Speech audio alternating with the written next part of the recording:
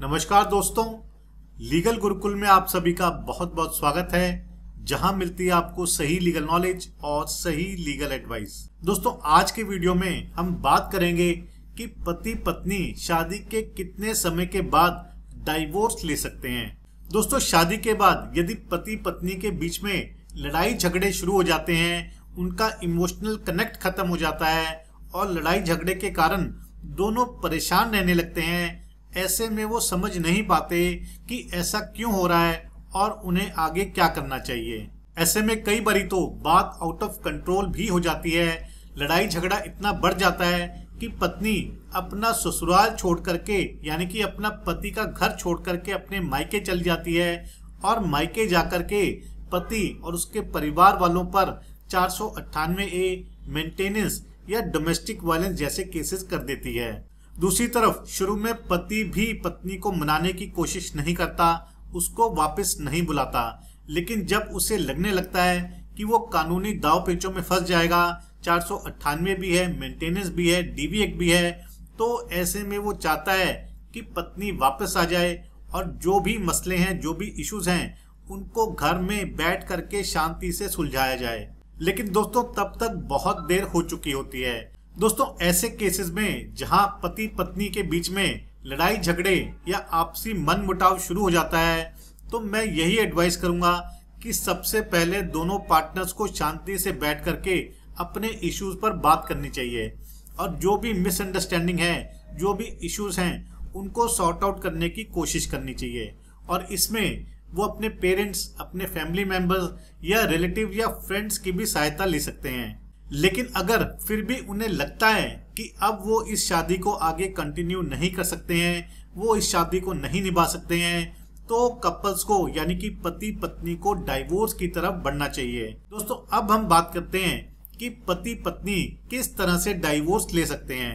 दोस्तों, भारत में तलाक लेने के मेजरली 2 तरीके हैं। पहला है आपसी सहमति से यानी कि म्यूचुअल कंसेंट से तलाक, जिसमें कि पति पत्नी अपनी मर्जी से एक दूसरे से डाइवोर्स लेते हैं और टर्म्स भी उनकी अपनी होती हैं।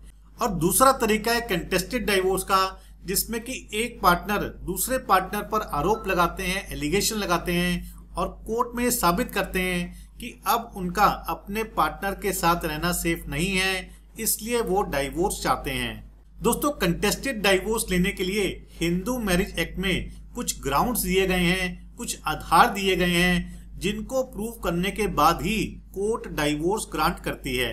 दोस्तों, किसी भी तरीके से डाइवोर्स लेने के लिए, चाहे वो म्यूचुअल डाइवोर्स हो या कंटेस्टेड डाइवोर्स हो, सबसे पहले पति पत्नी को कोर्ट में पिटीशन फाइल करनी होगी और इसके बाद ही आगे की प्रोसीडिंग्स होने के बाद डाइवोर्स की डिक्री मिलती है।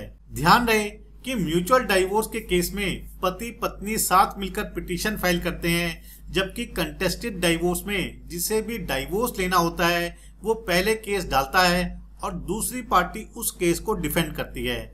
यदि केस में एलिगेशन प्रूव हो जाते हैं तो डाइवोर्स ग्रांट कर दिया जाता है, अगर प्रूव नहीं होते हैं तो डाइवोर्स के केस को डिसमिस कर दिया जाता है। दोस्तों, अब हम बात करते हैं कि शादी के कितने समय के बाद पति पत्नी डाइवोर्स ले सकते हैं।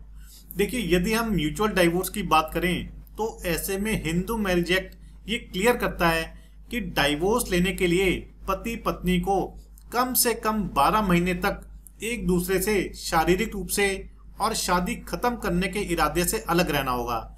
यानी कि म्यूचुअल डाइवोर्स में कम से कम 12 महीने का सेपरेशन पीरियड होना बहुत जरूरी है और ये condition section 13B of Hindu marriage act में दी गई है, जिसमें कि म्यूचुअल डाइवोर्स का प्रोसेस बताया हुआ है। लेकिन दोस्तों, कई केसेस में पति पत्नी जिनको की नॉलेज नहीं होती, वो एक दूसरे से अलग होने के कुछ समय के बाद ही यानी कि 12 महीने पूरे होने से पहले ही कोर्ट में डाइवोर्स की प्रोसीडिंग शुरू कर देते हैं, जो कि बिल्कुल गलत है।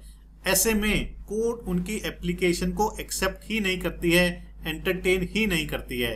अब हम बात करते हैं कि शादी के कितने समय के बाद पति या पत्नी कंटेस्टेड डाइवोर्स का केस डाल सकते हैं।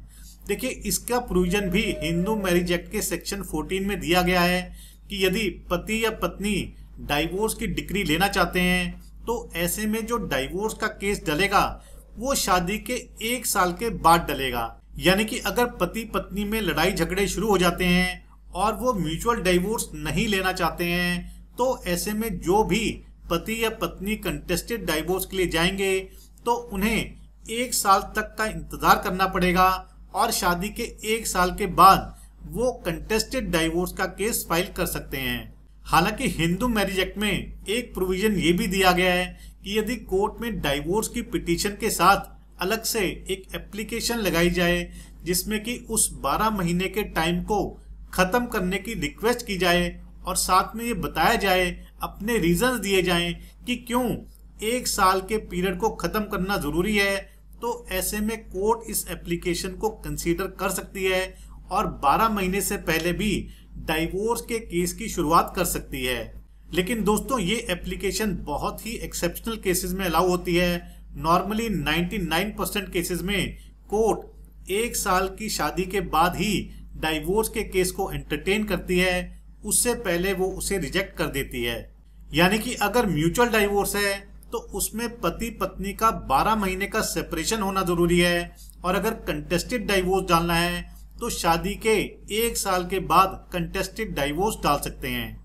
अब आप अगर पूछेंगे कि इन दोनों डाइवोर्स में से बेहतर तरीका कौन सा है, तो मैं यही कहूंगा कि म्यूचुअल डाइवोर्स सबसे आसान तरीका है डाइवोर्स लेने का, क्योंकि इसके लिए बहुत कम प्रूफ की जरूरत पड़ती है, दूसरे के ऊपर एलिगेशन नहीं लगाने पड़ते, पति पत्नी आपसी टर्म्स कंडीशन के बेसिस पर म्यूचुअल कंसेंट से डाइवोर्स लेते हैं और इसके विरोध करने के यानी कि अपोज करने की भी बहुत कम संभावनाएं हैं। जबकि कंटेस्टेड डाइवोर्स में जिस भी स्पाउस के द्वारा केस डाला जाता है तो उसे जो भी ग्राउंड उसने डाइवोर्स में लिए हैं, जैसे कि अडल्ट्री है, क्रूअल्टी है या कोई और अन्य ग्राउंड है, तो ऐसे में केस में उस ग्राउंड को प्रूव करना होगा और ये भी प्रूव करना होगा कि उसका अपने पार्टनर के साथ रहना सेफ नहीं है और इन ग्राउंड्स के बेसिस पर उसे कंटेस्टेड डाइवोर्स की डिग्री दी जाए। तो दोस्तों, यदि आपकी भी मैरिड लाइफ में दिक्कतें आ रही हैं, लड़ाई झगड़ा चल रहा है, पति पत्नी ने आपस में बहुत कोशिशें करके देख ली है लेकिन बात नहीं बन रही है और आप भी चाहते हैं कि आपको डाइवोर्स मिल जाए, तो ऐसे में इस वीडियो में जो प्रोसेस मैंने बताया आपको, जो टाइम गैप आपने रखना है वो ध्यान रखना है, उसके बाद ही कंटेस्टेड डाइवोर्स या म्यूचुअल डाइवोर्स की तरफ जाना है। यदि उससे पहले जाएंगे तो कोर्ट आपके केस को एक्सेप्ट नहीं करेगी, रिजेक्ट कर देगी और शुरू में ही आपको निराशा हाथ लगेगी। तो दोस्तों, ये था हमारा आज का वीडियो। आशा करता हूँ कि आपको पूरा प्रोसेस समझ में आ गया होगा। यदि आपकी कोई लीगल समस्या है, लीगल क्वेरी है, तो वो भी आप मुझे भेज सकते हैं। दोस्तों, यदि वीडियो पसंद आए तो वीडियो को लाइक और शेयर जरूर कीजिएगा। चैनल को सब्सक्राइब करना मत भूलिएगा। अगली बारी मिलेंगे नए वीडियो में नए टॉपिक के साथ। तब तक के लिए धन्यवाद। जय हिंद।